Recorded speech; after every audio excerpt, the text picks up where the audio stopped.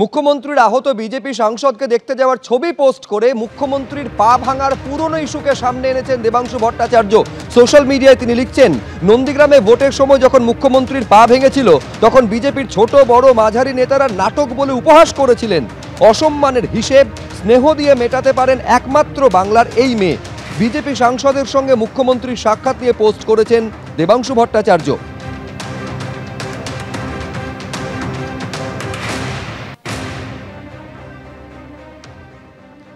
আবার আপনাদের বলবো, দুধিয়া থেকে যখন ফিরছেন মুখ্যমন্ত্রী মমতা বন্দ্যোপাধ্যায়, আচমকা শিলিগুড়ির এই বেসরকারি হাসপাতালে মুখ্যমন্ত্রী চলে যান এবং আক্রান্ত বিজেপি সাংসদের সঙ্গে আইসিইউতে গিয়ে দেখা করেন মুখ্যমন্ত্রী মমতা বন্দ্যোপাধ্যায়। বিজেপি রাজ্য সভাপতি সাক্ষাৎ নিয়ে কি বললেন দেখুন। শঙ্কর ঘোষ বিধানসভার সদস্য, বিজেপির চিফ হুইপ, কিন্তু শঙ্কর ঘোষের সেই অর্থে খুব একটা বেশি রক্তপাত হয়নি। সেই জন্যই হয়তো মুখ্যমন্ত্রী রক্তের কারণে খগেন মুর্মুর কাছে পৌঁছে গেছেন। কিন্তু খগেন মুর্মুকে দেখতে যাওয়া নিঃসন্দেহে একটা রাজনৈতিক সৌজন্য, সেই বিতর্কে বিজেপি অংশ নিতে চায় না। কিন্তু মুখ্যমন্ত্রী যদি খগেন মুর্মুকে দেখতে যাবার আগে যারা গতকালকে এই আনপ্রভোকড ঘটনা ঘটিয়েছে, যে পিঙ্কি খাতুন তৃণমূল কংগ্রেসের পঞ্চায়েতের উপপ্রধান, যার প্ররোচনায় পুরো ঘটনাটি সংগঠিত হয়, এবং তৃণমূল কংগ্রেসের যে তিনটি প্রতিষ্ঠিত চেহারা, প্রতিষ্ঠিত মুখ, ধর্মান্ধ কিছু মৌলবাদীদের নিয়ে এই ঘটনা ঘটালো, তাদের বিরুদ্ধে এখন পর্যন্ত কেন কোনো ব্যবস্থা নেওয়া হলো না? কেন এখনো পর্যন্ত কেউ গ্রেপ্তার হলো না? পুলিশ কি করছিল গতকাল? বিধায়ক তিনি ফেসবুক লাইভ করে প্রতিবাদ করেছেন, সমালোচনা করেছেন এবং ঠিক করেছেন করে যে আজকে মৃত্যুলীলা চলেছে উত্তরবঙ্গে আর মুখ্যমন্ত্রী কার্নিভাল করছেন। কেন ফেসবুক লাইভ করেছে? তাকে ফেলে লাথি মারা হবে, চটি দিয়ে মারা হবে। নজিরবিহীন লক্ষ্মী পূজার পর দুর্গা প্রতিমার নিরঞ্জন, এই চিত্র ধরা পড়ল আলিপুরদুয়ারের মাদারিহাটে। মাদারিহাটের বেশ কয়েকটি দুর্গাপূজা মণ্ডপে এখনো পর্যন্ত দুর্গা প্রতিমা রয়েছে। তার কারণ, রবিবার নিরঞ্জন হওয়ার কথা ছিল, কিন্তু রবিবার প্রবল প্রাকৃতিক বিপর্যয়ের কারণে সেই দেবী প্রতিমা নিরঞ্জন করতে পারেননি কেউই। পরবর্তীতে জল জমেছিল একাধিক জায়গায়, নদী একেবারে ফুসছিল, তাই বিসর্জন দেওয়া যায়নি। আর নদীর জল কমার পরে শেষ পর্যন্ত লক্ষ্মী পূজার পরদিন দেবী প্রতিমা নিরঞ্জন হচ্ছে আলিপুরদুয়ারের বিভিন্ন জায়গাতে। যেরকম আমরা দেখতে পাচ্ছি যে এই মুহূর্তে অশ্বিনী সংঘ বলে একটি ক্লাবের দেবী প্রতিমা আনা হয়েছে এখানে জলদাপাড়া রিজার্ভ ফরেস্টের ধারে, এবং যে হলং নদী রয়েছে সেই হলং নদীতে দেবী প্রতিমা নিরঞ্জন হবে। দেবী প্রতিমাকে তার আগে নদীর ধারে এনে রাখা হয়েছে এবং আমরা দেখতে পাচ্ছি যে সকলে ক্লাবের সভ্যরা যারা রয়েছেন, সদস্যরা যারা রয়েছেন, তারা একে একে হলং নদীর দিকে দেবী প্রতিমাকে নিয়ে যাচ্ছেন এবং সেখানে প্রতিমা নিরঞ্জন হবে। যেটা উদ্যোক্তাদের বক্তব্য, যে পরিমাণ ঝড় বৃষ্টি হয়েছিল, যে প্রাকৃতিক দুর্যোগ হয়েছিল এবং তারপর নদী যেভাবে ফুলে ফেপে ওঠে, সেই জায়গাতে বিসর্জন দেওয়া রবিবার এক প্রকার অসম্ভব ছিল। পরবর্তীতেও কিন্তু সেই নিরঞ্জন প্রক্রিয়া করা যায়নি, তার কারণ নদীতে জলস্রোত ছিল।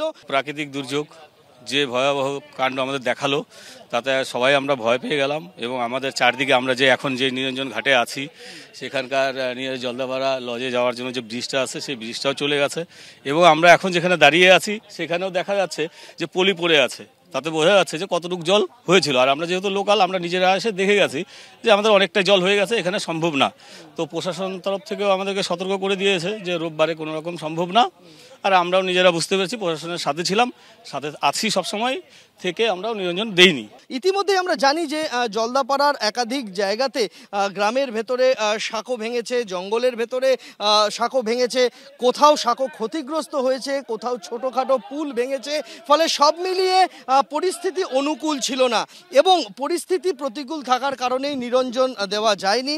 আর তাই শেষ পর্যন্ত দুর্গাপুজো পেরিয়ে যাওয়ার অনেক পরে এবং লক্ষ্মী পুজোর পরে শেষ পর্যন্ত দেবী প্রতিমা নিরঞ্জন হচ্ছে এখানে মাদারিহাটে। আমরা দেখতে পাচ্ছি হলং নদীর ধারে।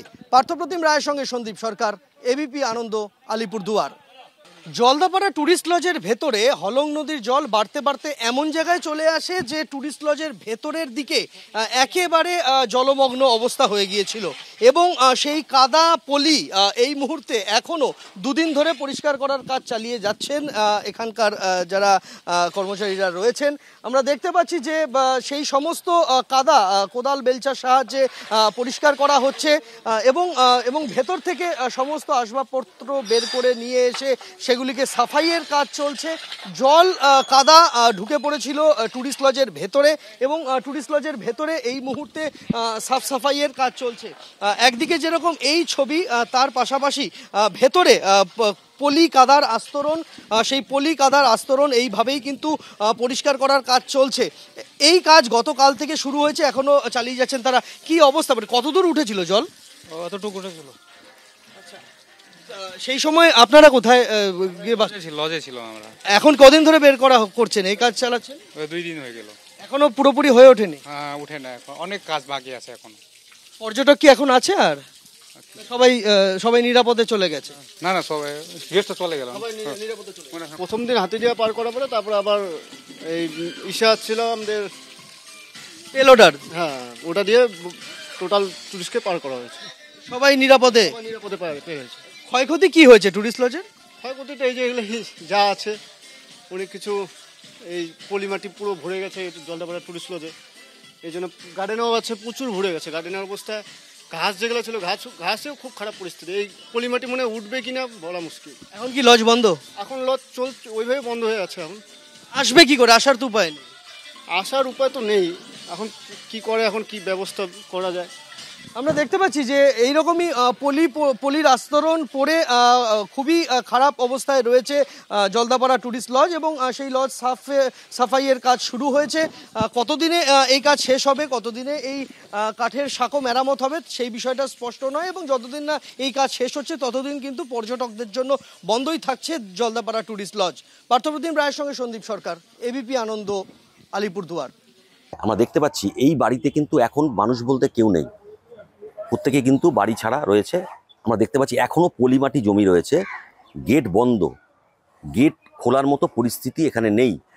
গত রবিবার ভোর রাতে এই বাড়িতে প্রায় 12 ফুট জল উঠেছিল, এখনও পলিমাটি পড়ে রয়েছে এবং আমরা দেখতে পাচ্ছি একটি গাড়ি কিভাবে এখনও পলিমাটির মধ্যে আটকে রয়েছে।